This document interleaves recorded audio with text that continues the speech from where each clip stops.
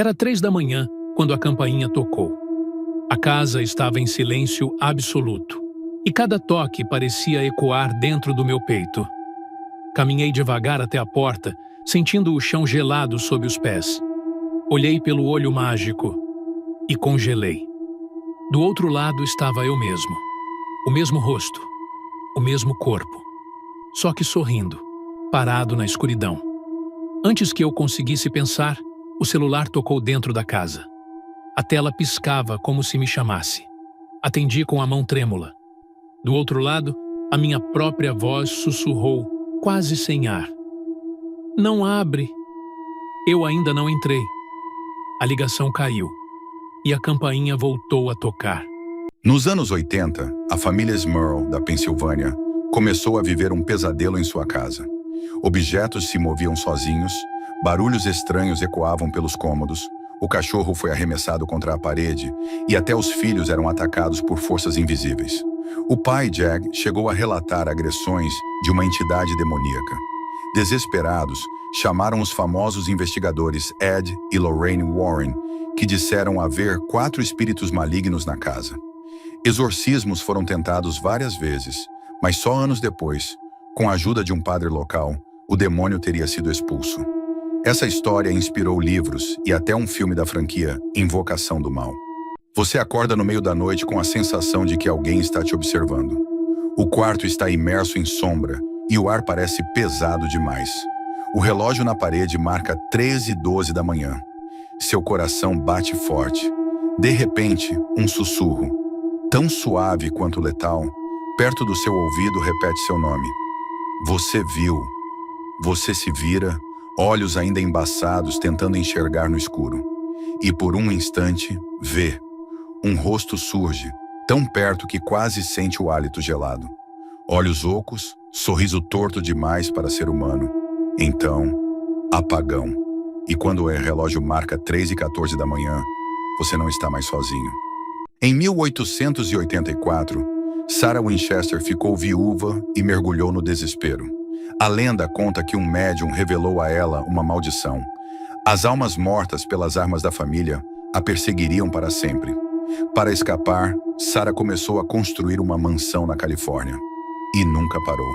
Durante quase 40 anos, paredes eram erguidas e derrubadas sem sentido, com escadas que levam ao nada, portas que se abrem para o vazio e corredores intermináveis. Em 1922, quando Sarah morreu, a construção finalmente cessou. Mas muitos acreditam que os espíritos continuaram vagando pela casa, presos em seu labirinto sem fim. Até hoje, a mansão Winchester é conhecida como a casa mais assombrada da América. No século XVI, em Valladolid, Espanha, um garoto de 9 anos desapareceu. Dias depois, moradores ouviram gritos vindos da casa de Andrés de Proaza, um jovem estudante de medicina. Ao invadirem, encontraram o menino sobre a mesa e restos de animais espalhados. Andrés confessou o crime e revelou que havia feito um pacto com o diabo.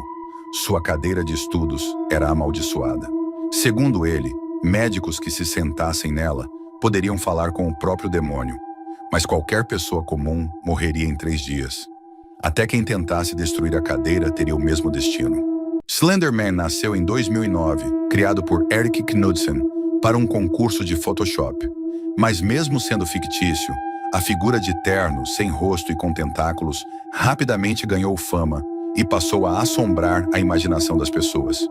Logo virou lenda urbana nos Estados Unidos, com relatos de avistamentos e até fotos supostamente reais. O mais assustador é que ele foi citado como inspiração em um caso de tentativa de assassinato cometido por pré-adolescentes. O sucesso foi tão grande que o personagem saiu da internet e virou inspiração para filmes, jogos e histórias de terror no mundo todo. Anneliese Michel nasceu em 1952, na Alemanha, em uma família católica. Aos 16 anos, teve a primeira crise epiléptica, que foi se agravando com o tempo. Ela começou a ter surtos durante as orações, ouvia vozes, ficou depressiva e chegou a pensar em tirar a própria vida. Mesmo após vários tratamentos médicos, seu estado só piorava. Convencidos de que Anneliese estava possuída, seus pais permitiram que 2 padres realizassem exorcismos entre 1975 e 1976. Mais de 60 sessões. A jovem acabou morrendo de inanição e desidratação, pois se recusava a comer ou beber. O caso chocou a Alemanha e levou os pais e os padres a responderem por negligência. O Waldniel Hoster foi construído na Alemanha no século XX para abrigar pessoas com deficiência. Com a ascensão do nazismo, virou local de exclusão. Alcoólatras, esquizofrênicos e considerados indesejados eram levados para lá e até esterilizados. Em 1939, com o decreto de eutanásia, muitos foram enviados às câmaras de gás, inclusive crianças com deficiências. Ao menos 97 bebês morreram ali. Depois da guerra, o espaço passou para os franciscanos, depois ao governo, até ser desativado. Hoje o lugar é cercado de relatos de gritos e choros de crianças. Embora nessa história da boneca Annabelle não seja real, o brinquedo foi sim inspirado em um item verdadeiro. A Annabelle original é uma boneca clássica Raggedy Ann, fabricada em 1915, e que fez parte da vida de muitas pessoas na época, inclusive de Donna.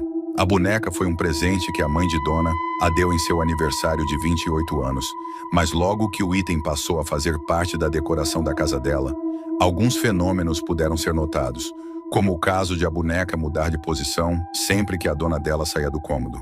Atualmente, a Annabelle original está no Museu de Ed e Lorraine Warren, em Connecticut, Estados Unidos. Apesar de não ter a mesma aparência da boneca da ficção, a original pode ser ainda mais assustadora.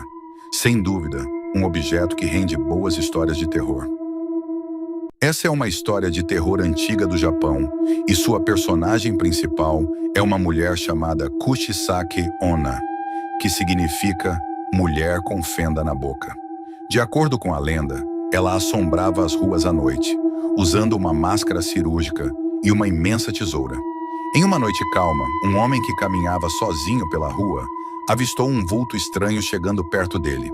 Kuchisake Onna se aproximou dele e perguntou se ele a achava bonita, e quando ele disse que sim, ela tirou a máscara e mostrou a boca completamente desfigurada. O homem ficou horrorizado e tentou correr, mas Kuchisake Onna o alcançou e o cortou com sua tesoura. Mais gente da cidade também relatou ter visto Kuchisake Onna depois, e muitos foram atacados e mutilados por ela. As autoridades da cidade tentaram capturá-la, mas ela desapareceu sem deixar rastros. Até os dias de hoje, a lenda de Kuchisake Onna assombra as pessoas no Japão, e muitas ainda têm medo de sair à noite, especialmente sozinhas. A história serve como um aviso para não confiar em estranhos e estar sempre alerta para o perigo.